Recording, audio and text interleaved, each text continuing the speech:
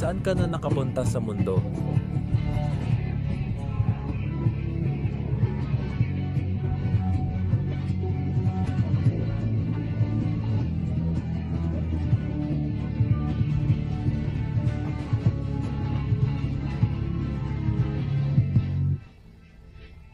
Ang nakamamatay na panlilinlang ni Putin ay nagpasimula ng pandaigdigang pag-aalsa. May mga protesta sa India, Iraq at Africa, kung saan nananawagan ang mga pamilya kay Putin na itigil ang pagpatay sa mga inosente. Kita mo, gumagamit si Putin ng human trafficking network para suportahan ang bigong pananakop niya. Dahil sa sama ng takbo ng digmaan, napilitan siyang lokohin ang mga dayuhan para mapapunta sa Russia bilang estudyante o turista. At pagkatapos, ipinapadala sila sa unahan ng labanan. Alam natin ito dahil pumalpak ang isang komandante ng Russia at may video ng mga dayuhang lalaki na dinukot at nagmamakaawa ng tulong mula sa unahan ng labanan. Habang inaayos ni Putin ang krisis, nagsimula ng sumiklab ang kaguluhan sa Russia matapos niyang ipakulong ang dalagitang mang-aawit dahil sa mga kantang kontradigmaan. Dumami ang mga kabataang nag-awit sa kalsada bilang pakikiisa. May batang humiling sa kanya sa live television na itigil ang pagpapadala ng pamilya sa digmaan. Ito ang sandali na napagtanto ni Putin na ang kanyang kaaway ay hindi ang NATO, hindi ang Ukraine, kundi ang sarili niyang mga mamamayan. Nagsimula ito sa viral na video clip na inilathala ilang buwan ang nakalipas. Sa video, inilahad ng mga estudyanteng Indian kung paano sila dinukot at pinilit lumaban para sa Rusya. Kamusta? Nagbakasyon kami ng mga kaibigan ko sa Rusya noong bagong taon at ipinasyal kami roon ng isang ahente. At pagkatapos ay sinabi niya sa amin na dadalhin niya kami lahat sa Belarus, ipapasyal daw niya kami doon at ibabalik din kami. Dinala niya kami sa Belarus nang hindi alam na kailangan pala ng visa, basta niya lang kami dinala. At pagkatapos naming pumunta doon, nagsimula na siyang humingi ng pera sa amin, ibig sabihin yung pera na hinihingi niya noon pa. Ibinigay namin sa kanya yon, pero humingi pa siya ng dagdag na pera kahit wala na kaming pera. Iniwan niya kami sa Belarus Highway tapos nahuli kami ng pulis. Nahuli kami ng pulis at ibinigay sa Russian Army. Pinanatili kami roon ng 3 hanggang 4 na araw. Hindi namin alam ang lugar.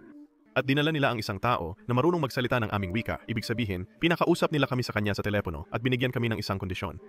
Pumili kayo, makukulong ng 10 taon o pumirma ng kontrata na wala kayong gagawin. Makakakuha kayo ng trabaho gaya ng katulong, pagluluto o pagdadrive. Pumirma lang ng kontrata sa amin.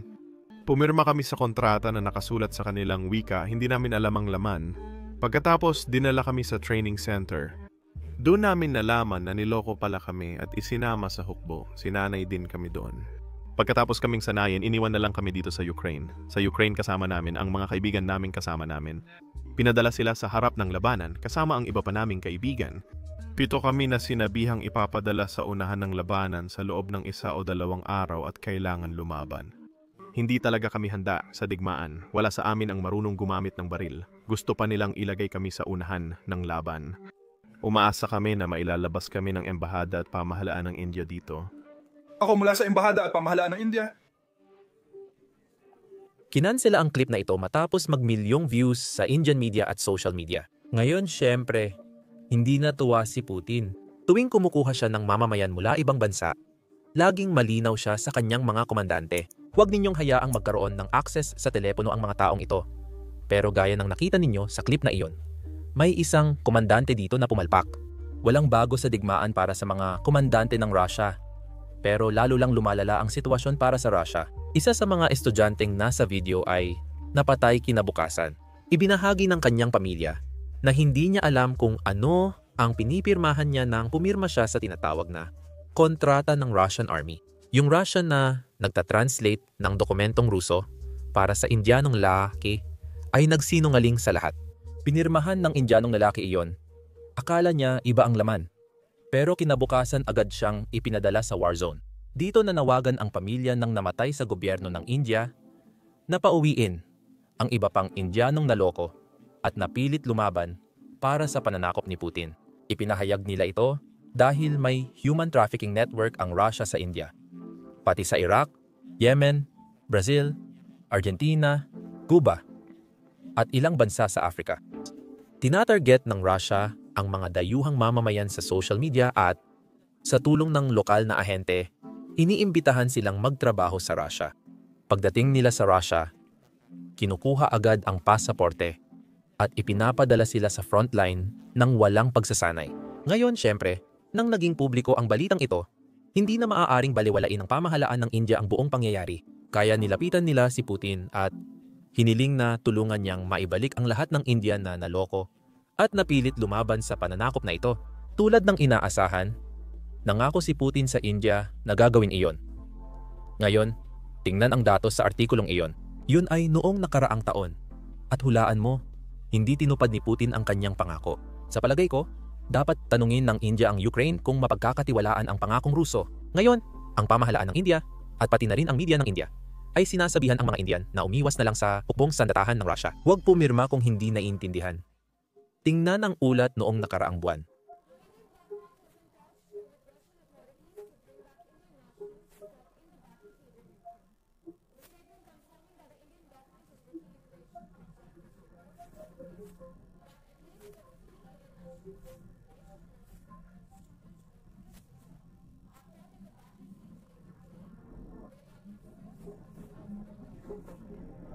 Ayon sa Ministry ng Ugnayang Panlabas ng India, nakikipag-ugnayan sila sa mga awtoridad sa Moscow at New Delhi at humiling na palayain ng Russia ang kanilang mga mamamayan.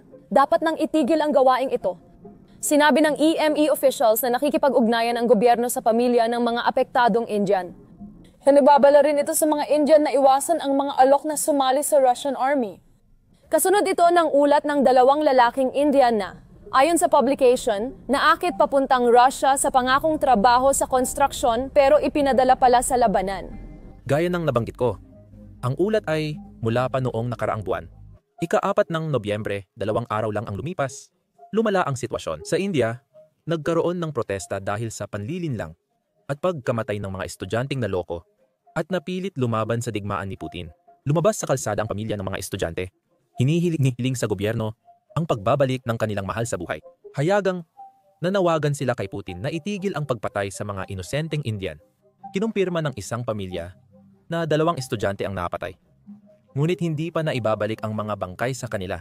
Ngayon, mas marami na tayong detalye tungkol sa pangyayaring ito. Isa sa mga estudyante sa grupong ito ang nakakaalam ng pangyayari at kamakailan lang nagbigay ng panayam. Narito ang mga detalye. Marami na akong beses namatay, kapatid. Hindi, masama doon. Oh.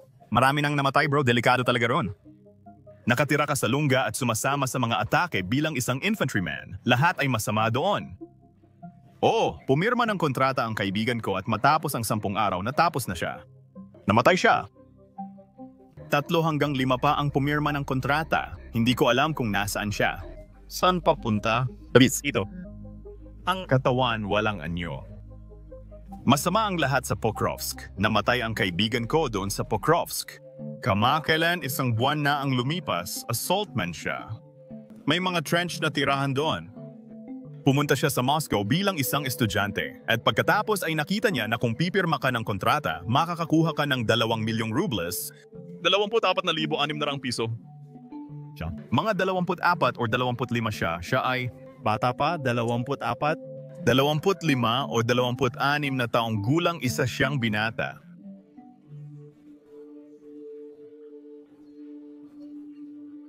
Dapat mapansin ng gobyerno ng India na hindi iniintindi ng Russia ang mga mamamayan ng India. Kaya hindi magandang ideya na bumili ang India ng langis sa Russia at pondohan ang pananakop ni Putin. Buti na lang, hindi tulad ng Russia, demokrasya ang India. Ibig sabihin nito, mas marami at mas maraming tao ang nakakaalam tungkol sa ginagawa ng Russia. Mas dumarami ang pressure na nararamdaman ng gobyerno ng India para talagang gumawa ng aksyon tungkol dito. Sa totoo lang, hindi pinapansin ni Putin ang mga protesta sa India. Pero nag-aalala siya sa sitwasyon sa Russia.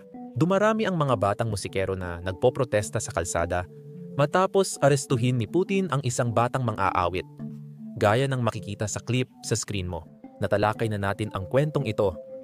Kaya panoorin mo ang video para sa dagdag na impormasyon. Patuloy pa rin ang mga protesta sa Russia at base sa mga video, tiyak na dumarami ang mga tao.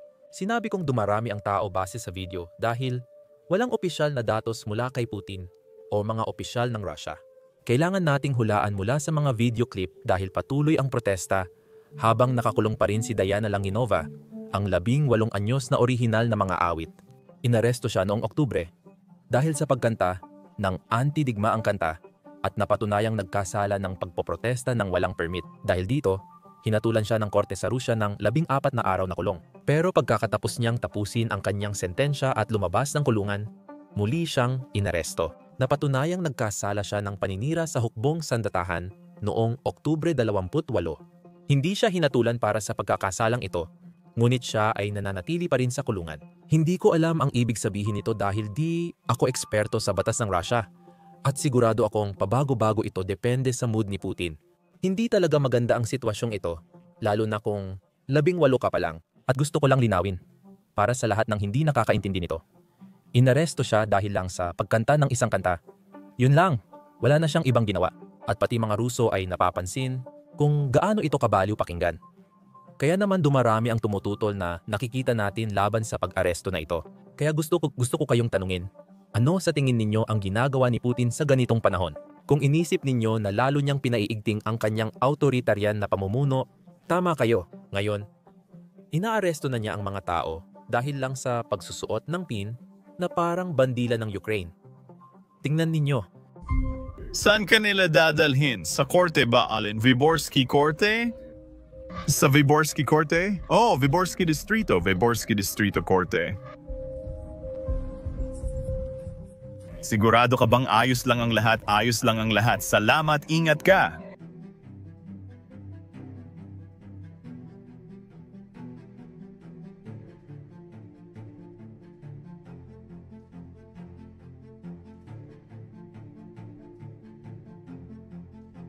Ngayon, kahit sa dami ng krimen niya sa digmaan, sigurado akong tao pa rin si Putin. Ibig sabihin, hindi niya dapat sinasaktan ang mga bata. Hindi bababa sa 7 tao ang napatay kabilang ang 2 bata matapos magpakawala ang Russia ng sunod-sunod na pag-atake sa Ukraine. Naganap ang pag-atake ilang oras matapos mabigo ang planong summit ni Donald Trump at Vladimir Putin.